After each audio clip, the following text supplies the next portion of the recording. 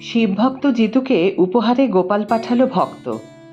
কেন তা অন্যকে দিয়ে দিলেন চিরদিনই তুমি যে আমারের আর্য। Hi everyone, welcome back to my channel Anjana entertainer. বন্ধুরা, তোমাদের সকলকে আমার এই ছোট্ট ইউটিউব চ্যানেলে স্বাগত জানাই। এই মুহূর্তে টলিউডের অন্যতম জনপ্রিয় অভিনেতা হলেন জিতু কামাল। চিরদিনই তুমি যে আমার এই ধারাবাহিকের আর্য স্যারের ফ্যান বেস খুব স্ট্রং। অভিনেতা নিজেই জানিয়েছেন যে হামেশাই তার কাছে নানা উপহার পাঠান তার ভক্তরা। কিছু নিজে রাখেন, আবার কিছু বিলিয়েও দেন যাদের প্রয়োজন তাদের মাধ্যমে। এমনকি জিতুর বারংবার অনুরোধে উপহার আসা বন্ধ হয়নি।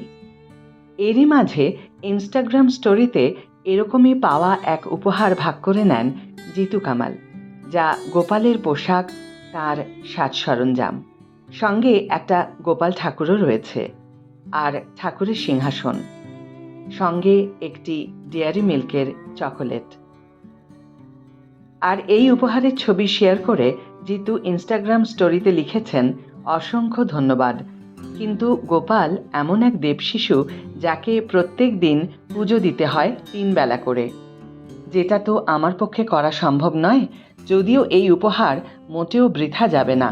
অভিনেতা লিখেছেন, যে করতে পারবে প্রতিদিন নিয়ম মেনে 3 বেলা গোপালের পুজো, তার হাতেই তুলে দিলাম। যদিও জিতু নিজেও খুব আধ্যাত্মিক, তিনি শিব ভক্ত, হামেশাই সোশ্যাল মিডিয়াতে ভগবান শিবকে নিয়ে স্টোরি শেয়ার করেন তিনি। এমনকি সিনেমা বা সিরিয়ালের শুটিংয়ের ফাঁকে বিভিন্ন মন্দির দর্শন করতেও দেখা যায় তাকে। আপাতত চিরদিনই তুমি যে আমার এই ধারাবাহিকে দেখা যাচ্ছে তাকে। বহুদিন পর ছোট পর্দায় ফিরেছেন অভিনেতা, তবে এই সিরিয়ালে পা রাখার পর থেকে নানাভাবে বিতর্কের মুখোমুখি জিতু। এমনকি সহনায়িকাকে নিয়েও কম টানাপোড়েনের মুখে পড়েননি, যদিও সেই সময় অভিনেতার পিছনে ঢাল হয়ে দাঁড়িয়েছিল এই ভক্তরা।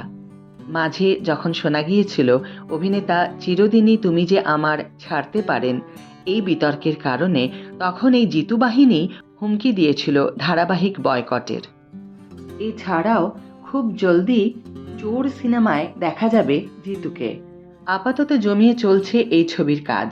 অগ্নিদীপ চট্টোপাধ্যায় অনেকদিন পর পরিচালনায় ফিরছেন। এটি একটি সাসপেন্স থ্রিলার ঘরানার ছবি।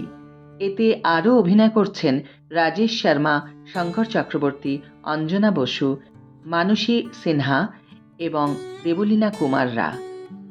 ছবির চিত্রনাট্য ও সংলাপের দায়িত্ব সামলাচ্ছেন পরিচালক জায়া সুদীপা চট্টোপাধ্যায়।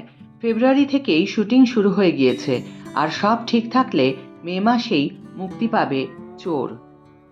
আজকের ভিডিও এখানে শেষ করছি বন্ধুরা। ভিডিওটি যদি ভালো লেগে থাকে তাহলে অবশ্যই একটি ছোট্ট করে লাইক দিও, শেয়ার করো বন্ধুদের সাথে, কমেন্ট করে জানিও তোমাদের মতামত। যারা এখনও আমার চ্যানেলটিকে সাবস্ক্রাইব করোনি তারা অবশ্যই চ্যানেলটিকে সাবস্ক্রাইব করে আমার পাশে থেকো, আর যারা অলরেডি সাবস্ক্রাইব করে দিয়েছো তাদের জন্য আমার অনেক ভালোবাসা এবং অনেক ধন্যবাদ। আজ তাহলে বিদায় বন্ধু, দেখা হবে পরের ভিডিওতে।